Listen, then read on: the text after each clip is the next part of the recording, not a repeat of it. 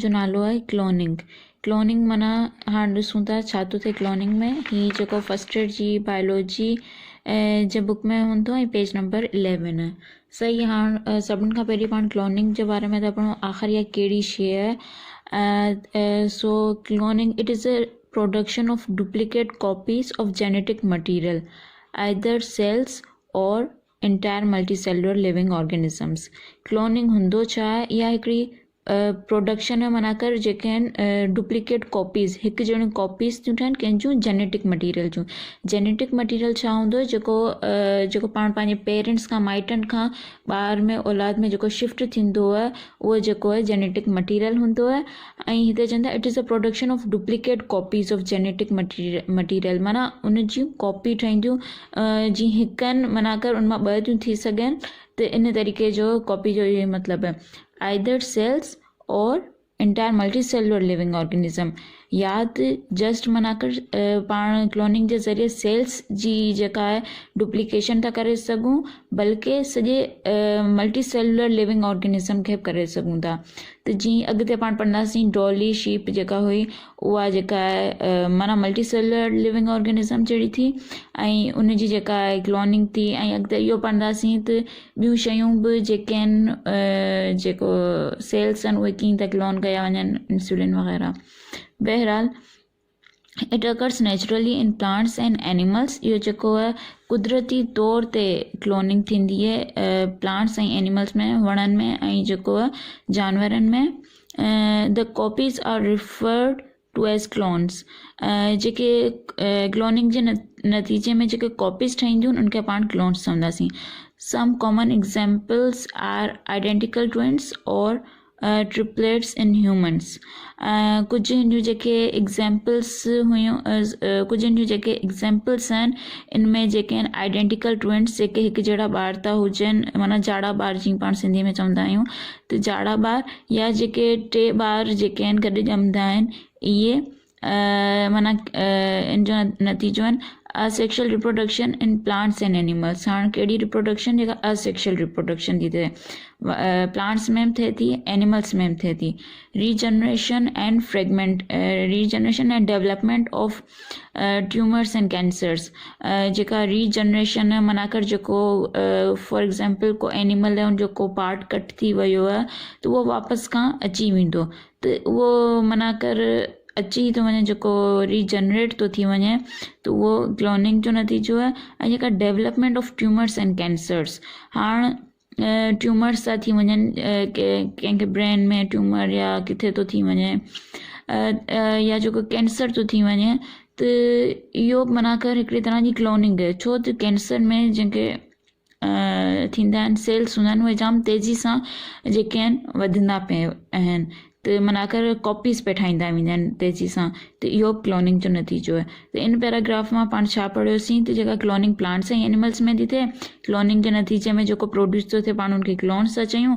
इहे ट्यूमर्स ऐं cancer cells में थिए थी। बसि एतिरी ॻाल्हि आहे। सही आहे। इन खां अॻितां वधंदासीं। Artificial cloning has long been a focus of attention in biological sciences।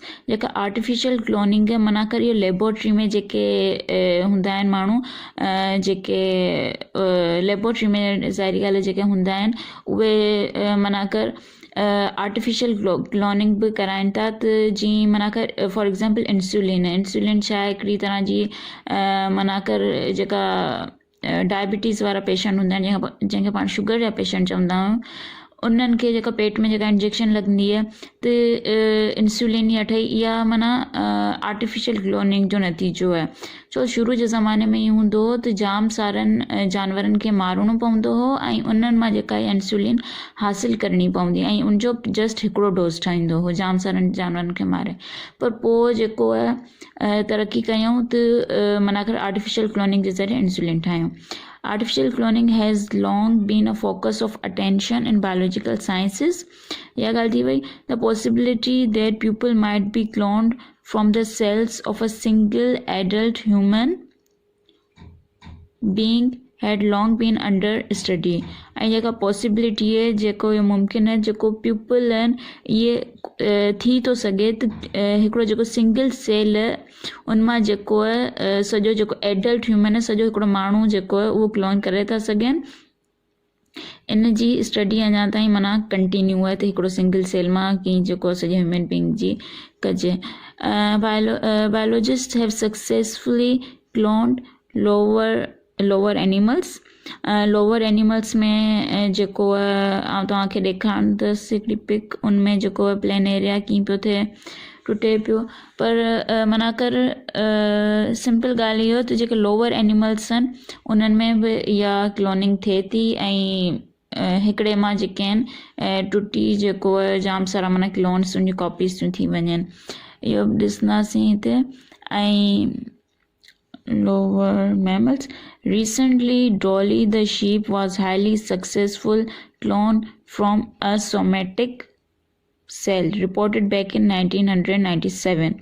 हींअर हिकिड़ी जेका हुई 1997 में डॉली शीप जेका हुई उनखे जेको क्लोन कयूं सोमेटिक सेल मां ऐं 1997 में इहो कमु कयूं पर कुझु सालनि खां पोइ उहा डॉली शीप मरी वई त इहो जेको क्लोनिंग जो कमु हो इहो मना कर हिननि माण्हुनि कयो हो Dolly was clone by Keith Campbell and Ian Wilmut ऐं उन्हनि जा ॿिया कुझु कोलीग्स हुआ उन्हनि जेको डॉली खे जेको क्लोन कयो ऐं पर उनजी डेथ थी वई कहिड़नि सेलनि मां कयूं सोमेटिक सेल्स मां जेके सोमेटिक सेल्स सिंपली पाण सम्झी था सघूं जेके पंहिंजी स्किन आहे न उहा सोमेटिक सेल्स मां ठहियलु आहे ऐं जेके जर्म सेल्स हूंदा आहिनि उहे रिप्रोडक्टिव उहे माना अलॻि आहिनि बहरहाल त इहो पढ़ियोसीं ॿियो किथे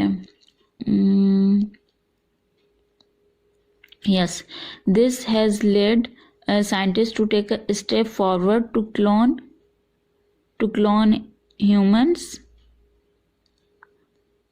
हा त इन जेको लेड कयो माना कर साइंटिस्ट खे हिकिड़ो स्टेप अॻिते मूव करण में हेल्प कई त उहे क्लोन करनि ह्यूमन्स खे हाणे उहे अगरि ह्यूमन्स जी क्लोनिंग फॉर एग्ज़ाम्पल हिकिड़ो माण्हू आहे चोर उन जहिड़ो ई ॿियो माण्हू क्लोन था ठाहिलाइनि त इहो जेको आहे त सज़ा ॿिए माण्हू खे मिलंदी त इन तरीक़े सां इहो फ़िलहालु त इहो इलीगल जाम कंट्रीज़ में माना अञा त इहो इलीगल कमु छो त जेको आहे उहो जेको कल्प्रिट माण्हू हूंदो उनखे सज़ा कोन मिली विचाई शरीफ़ माण्हू खे सज़ा मिली थी सघे तंहिंजे लाइ इन ते फ़िलहालु बैन लॻल आहे बहरहाल अॻिते ॾिसंदासीं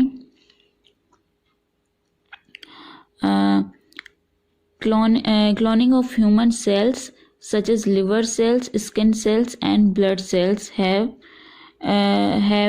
been very promising and scientists are quite hopeful to develop human organs in the laboratory by artificial cloning. इहो तमामु ज़बरदस्त कमु आहे त जेको क्लोनिंग जे ज़रिए जेको लिवर सेल्स ठाहिया माना कर जीअं इंसान जा लिवर सेल्स हूंदा आहिनि स्किन सेल्स हूंदा आहिनि ऐं ब्लड सेल्स हूंदा आहिनि उन्हनि मां जेको आहे सो डेवलप ह्यूमन ऑर्गन्स हा त जेके इनमें इहो था चवनि जेके सिंगल सेल आहिनि इहे जेके आहिनि इन्हनि मां जेको लिवर जो हिकिड़ो सेल खयूंसीं ऐं उन मां सॼो लिवर ठही वञे त केतिरो फ़ाइदो थिए जंहिंखे जेको इहो लिवर कैंसर थो थिए या छा त उहे वीचारा बेबस था हुजनि त पोइ अगरि उनमें हिकिड़ो नओं माना लिवर इम्प्लांट कजे ऐं इहो इन तरीक़े सां थिए की माण्हू मां न कढिजे उहो लिवर बाक़ी जेको इन क्लोनिंग जे ज़रिए ई उहो जेको उहो लिवर ठहे ऐं हुन माण्हू में बीमार में शिफ्ट करे छॾिजे त इहो माना काफ़ी हेल्पफुल रहंदो skin cells and blood cells जीअं थैलेसीमिया जा पेशेंट हूंदा आहिनि उन्हनि खे जेको ब्लड जी ज़रूरत हूंदी आहे या ब्लड जी ज़रूरत कंहिंखे पइजी थी सघे त इन तरीक़े सां त ब्लड सेल्स मां माना कर काफ़ी तइदाद में ब्लड ठही सघे ऐं इहो कमु थींदो आर्टिफिशियल क्लोनिंग जे ज़रिए हाणे जेको लेबोरेटरी में इहो कमु थींदो बाक़ी जेको पाण मथे पढ़ियूं some common example are identical twins और ट्रिपलेट्स इन सेक्शुअल रिप्रोडक्शन हलो बहरहाल या त मथी ॻाल्हि अच्छा there are enormous advantages of artificial cloning in areas such as agriculture and medicine. ऐं जेके जाम सारा फ़ाइदा आहिनि इनॉर्मस माना जाम सारा फ़ाइदा आहिनि इन आर्टिफिशियल क्लोनिंग जा एग्रीकल्चर में ऐं मेडिसन्स जी फील्ड में इन्हनि ॿिन्हिनि में फ़ाइदेमंद आहिनि। Vegetative reproduction of various fruits and nuts by grafting is one of the best examples. हाण वेजिटेटिव रिप्रोडक्शन जेका आहे उहा माना कर जेको आहे हिकिड़ो माना कर बेस्ट तरीक़ो। हाणे वेजिटेटिव रिप्रोडक्शन या माना कर छा थी थिए या हिकिड़ी जेका पिक हलंदी उनमें तव्हां ॾिसी था सघो त या वेजिटेटिव रिप्रोडक्शन छा थी हुजे माना जेका ग्राफ्टिंग आहिनि हाणे हिते ग्राफ्टिंग टर्म हिकिड़ी यूज़ थियल vegetative reproduction of various fruits and nuts by grafting is one of the best example. Grafting छा थी हुजे तव्हां हिकिड़ी पिक में इनमें जेका हले पई उहा ॾिसंदा त जेको ॿ प्लांट था हुजनि ऐं उन्हनि ॿिन्हिनि खे माना कर हिकिड़ो हिकिड़ो रोज़ फ्लावर ऐं हिकिड़ो ॿियो फ्लावर उन्हनि ॿिन्हिनि खे कट करे ऐं उन्हनि खे जॉइन कंदा आहिनि ऐं मथां जेको आहे कुझु टेप वग़ैरह चाढ़े छॾींदा आहिनि त पोइ जेको न्यू फ्लावर हिकिड़ो रिप्रोड्यूस थींदो। साइंटिस्ट हर कंहिं क़िस्म जा तजुर्बा कंदा आहिनि त इहो बि त पाण खे हिकिड़ी नई शइ थी मिले नओं क़िस्म जो फ्रूट फ्लावर्स नट्स इहो सभिनी में ग्राफ्टिंग वारो कमु करे ॾिसंदा आहिनि त हिकिड़ी नई शइ जेका हाइब्रिड उहा प्रोड्यूस थी थिए clone. A major goal of this technique is to use it for treating diseases. Main मक़सदु इन जो इहो त बीमारियुनि जो इलाजु थिए थ्रू दिस टेक्नोलॉजी। इन टेक्नोलॉजी जी मदद सां production of medically significant substances such as insulin जेको इन टेक्नोलॉजी जे ज़रिए जेका टेक्नोलॉजी जे ज़रिए प्रोडक्शन थी थिए मेडिकली सिग्निफिकेंट सब्सटेंसिस जीअं इंसुलिन। इंसुलिन जेको छा हूंदो तीअं पेट में इंजेक्शन लॻंदी आहे जेका डायबिटीज़ बि चइबो आहे ऐं इंसुलिन माना कर इहे हिकिड़े तरह जी बीमारी आहे। ॿ क़िस्म जूं इंसुलिन हूंदियूं आहिनि माना सॉरी ॿ क़िस्म जूं डायबिटीज़ हूंदियूं आहिनि डायबिटीज़ 1 डायबिटीज़ 2। जेका डायबिटीज़ 1 हूंदी आहिनि उनमें जेका इंसुलिन इहा यूज़ कई वेंदी आहे ऐं जेका डायबिटीज़ 2 उहो माण्हू पंहिंजो खाधो सही तरीक़े सां करे एक्सरसाइज़ वग़ैरह करे सही थी वेंदो। पर डायबिटीज़ 1 जेको आहे उहो मतिलबु इंसुलिन जी ई हेल्प सां इंसुलिन जी इंजेक्शन सां जेको सही थो थी सघे। ग्रोथ हार्मोन्स हाइट वधाइण लाइ करे जेके हार्मोन्स हूंदा आहिनि इहे ठाहींदा आहिनि। Interferon and antithrombin have been achieved.